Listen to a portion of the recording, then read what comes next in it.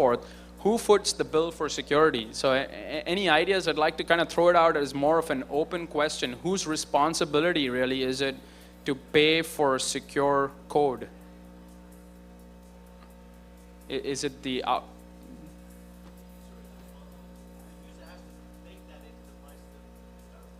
So when you say the user, the person actually outsourcing the development, the client in the relationship?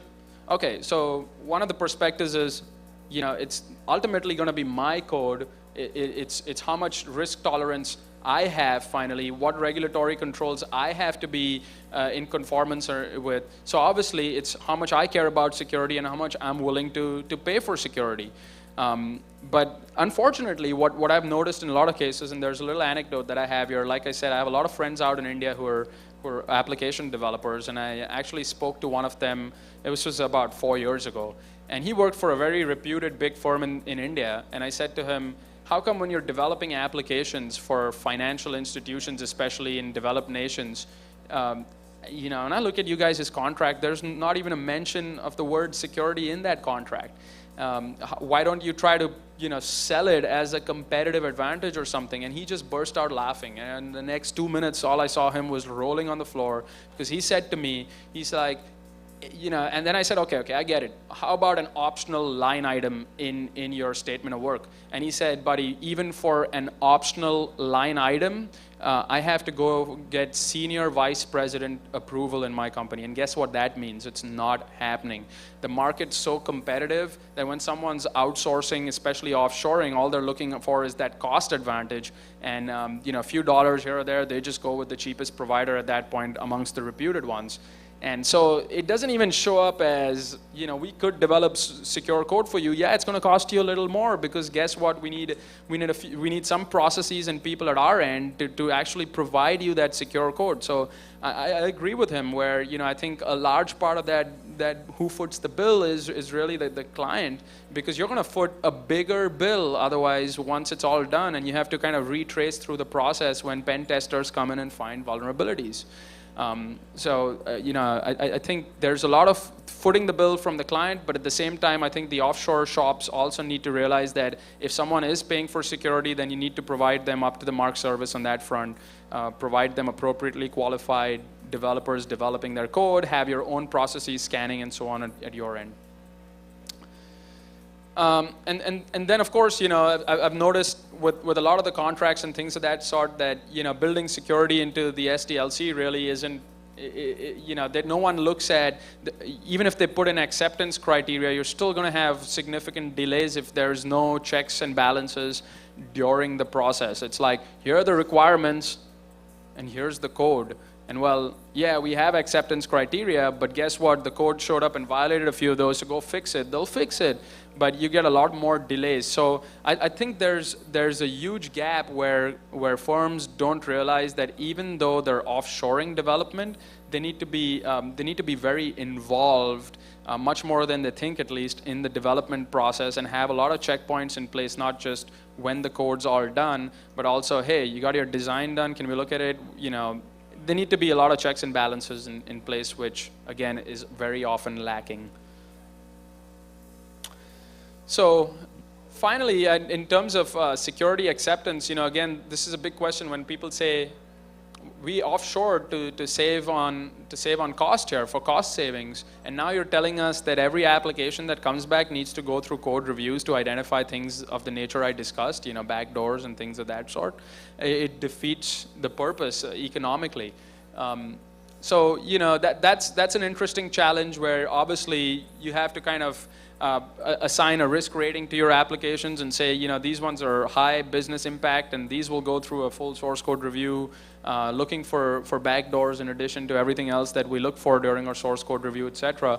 But obviously for the slightly more risk tolerant internal applications and so on that come back, there has to be a bit of a compromise there, and you really can't say every line of code will be reviewed by a human being looking for backdoors and everything. It just defeats the purpose.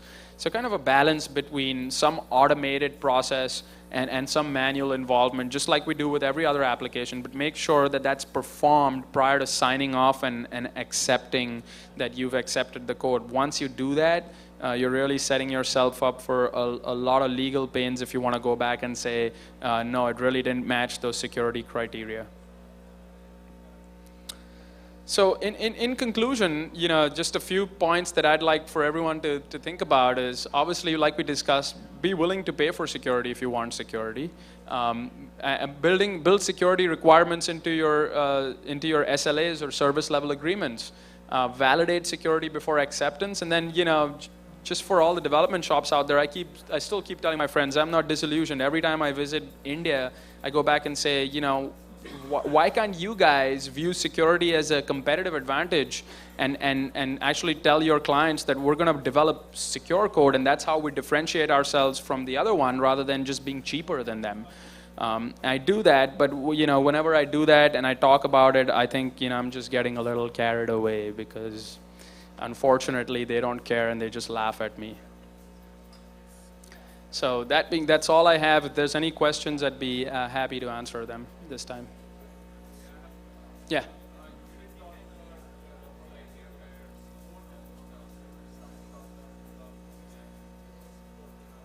Mm-hmm.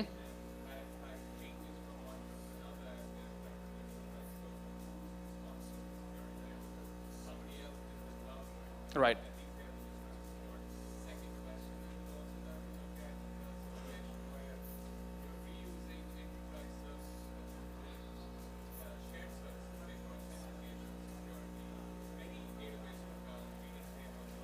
Right.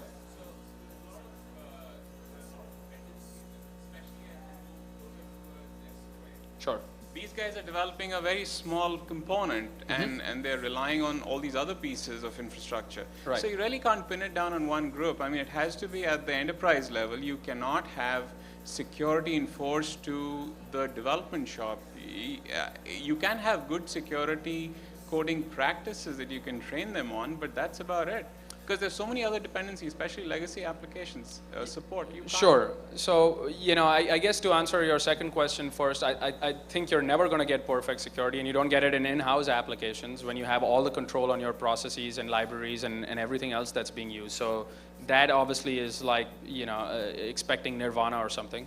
But I think from the perspective of, at least you can expect a basic minimum level of security that you can set. Also, I was talking to some other folks who are actually sitting in this room right now who are in a role where they deal with offshore companies. And one of them told me that they actually push out, for example, the ESAPI that Jeff and Aspect, everyone have put together, Owasp, and kind of tell their developers, use this. At least at that point, you take care of the low-hanging fruit. You're not just showing up with some blatant, stupid cross-site scripting showing up in your web application. So I completely agree with you that you can't get unrealistic and impractical about expecting perfectly secure applications.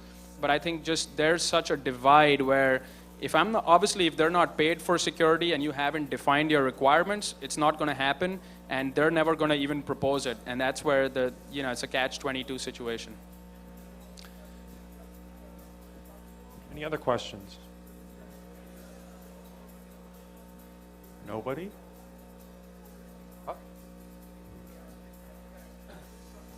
What are your thoughts on using Veracode as an independent third party, and then the offshore vendor and the customer, let's say the bank, share the cost and use this as a way of level setting where they are on a daily basis on the code delivery?